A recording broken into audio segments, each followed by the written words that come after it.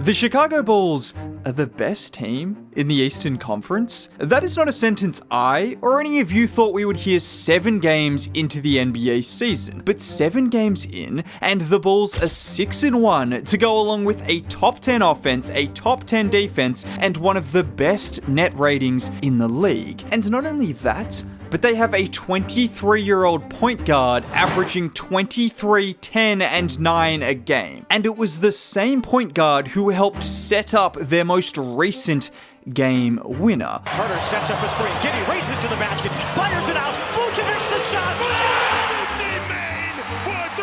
That right there is why Josh Giddy will be an all-star. That right there is why Nikola Vucevic has been perfect for the Bulls this season. And this right here is what makes this Bulls team special. Because after trailing by as many as 24 points, that shot from Nikola Vucevic was the first time in the entire game that Chicago led. Let me say that again. The first time all game that the Bulls had a lead was with 3.2 seconds remaining. And this wasn't just any win from Chicago. This was a win against the other hottest team in the Eastern Conference. Another team no one expected to be doing so well, but the Sixers were 5-1. And despite 39 points from Tyrese Maxey, it was Josh Giddy and it was the Bulls who won the game. And before you start typing in the comments, oh, this guy thinks the Bulls are going to be the best team in the NBA, blah, blah, blah. Do I think the Bulls are going to win more games than the Cavs or the Knicks? I do not. But do I think this team is playing with an identity, with cohesion, with energy, with chemistry, and with an all-star point guard leading the way? Yes, all of those things are true. And when you have all of those ingredients, good things start to happen. And it would be one thing if this was a 7-game sample size. The Bulls are 21-6 over their last 27 games. This extends back to last season. And by the way, their best player from last season hasn't even stepped foot on the court yet. But we should talk about their best player from this season, and that is Josh Giddy. Because if you want to talk about proving people wrong, Josh Giddy is the encapsulation of proving everyone wrong. We all remember the trade for Alex Caruso, and we all remember the reaction. Now, Alex Caruso won a championship, and it was the right move for Oklahoma. But there were people talking about Josh Giddy like he was Killian Hayes. I saw people saying he was a much worse version of Ricky Rubio.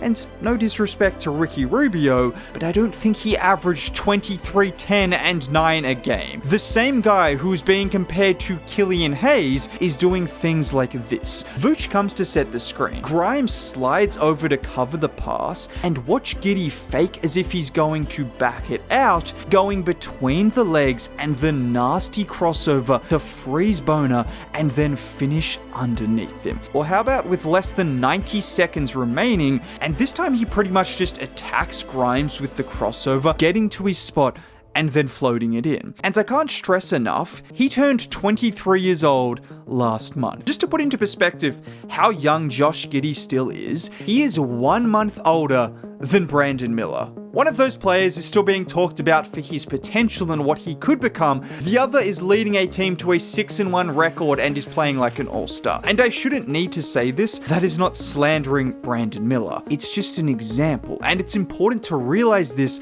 when you see the improvements Giddy has made to his game. Because I showed you those clips, we are starting to see what happens when someone who is 6'8" with elite vision and a solid handle adds muscle. He improves that handle, he improves his confidence, and of course, the jump shot. People are going to look at this and think it's a fluke because he's shooting 42% from 3. But Josh Giddy isn't having a career year because of his 3-point shooting. He's having a career year because 60% of his shots have been within 10 feet. He's having a career year because he's getting to the free throw line more than ever. He's consistently getting into the paint. He's setting up his teammates better than ever. And that right there leads me to believe this is sustainable. Maybe he won't average a triple-double, but when you combine his size, his strength, his ability to get to the rim and the free throw line now, with his passing, which has always been some of the best in the league, that is an all-star level player. And that alone makes this Bulls team interesting. But it's not just Josh Giddy either. I'm going to put my hand up and say I never thought Josh Giddy was a terrible player like so many other people did, but at the same time entering this season, the player I was most excited to see was Matas Buzelis, and it's pretty simple. There aren't many players who can move like he does at his size. And he is not disappointed one bit, because so far this season he's improved in every single statistical category, which is what you hope for from a second-year player.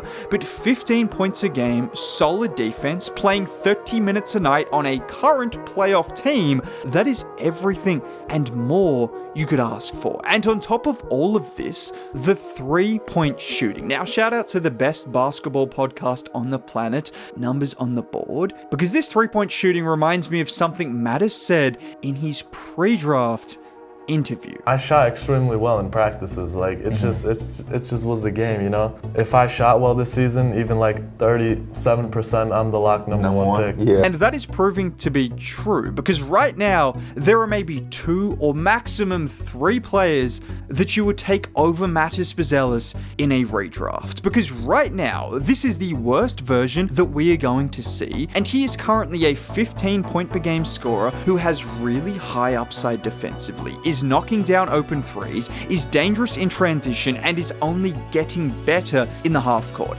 If Matas Buzelis didn't improve his game at all, he would be getting paid $25 million a year just to do what he's currently doing. Actually, how much did Patrick Williams get paid? Sorry, Bulls fans. And luckily for Bulls fans, I only see him continuing to improve. And speaking of improvement, can we not sleep on Ayo Dosunmu? Actually, we could just pair Ayo and Trey Jones together. In fact, let's add Kobe White, because these 3 guys are all the same age. They don't have identical skill sets by any means, but just the balance of playmaking, driving, and shooting, with Trey obviously being the worst shooter. But I think these 3 guys kind of sum up what is so great about this team. 3 guys that play with energy, 3 guys that have balanced skill sets. And it means the Bulls consistently have multiple guys on the floor, including Josh Giddy, who can create for themselves and set up their teammates, who can keep the ball moving and keep the pace up. So far this season, they've been pretty lucky with how teams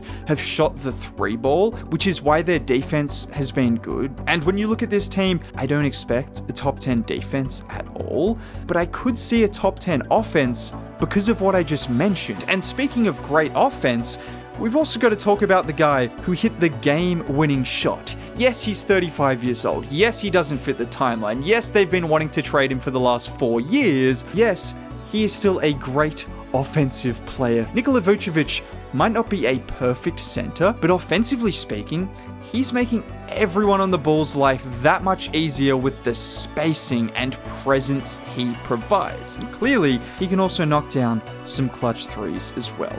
I don't know how good this Bulls team truly is, but like I said, over the last 27 games, they're 21-6. At the very least, I see this as a top 8 team, and a very fun team at that. I'm not calling this the next dynasty, but something fun is finally happening in Chicago. And any reason for Stacey King and Adam Amin to be hyped, that is enough reason for me. Now, if you made it all the way to the end of the video and want to see more content like this, subscribe to the channel. It's free. Dropping a like would be cool. Have a great day.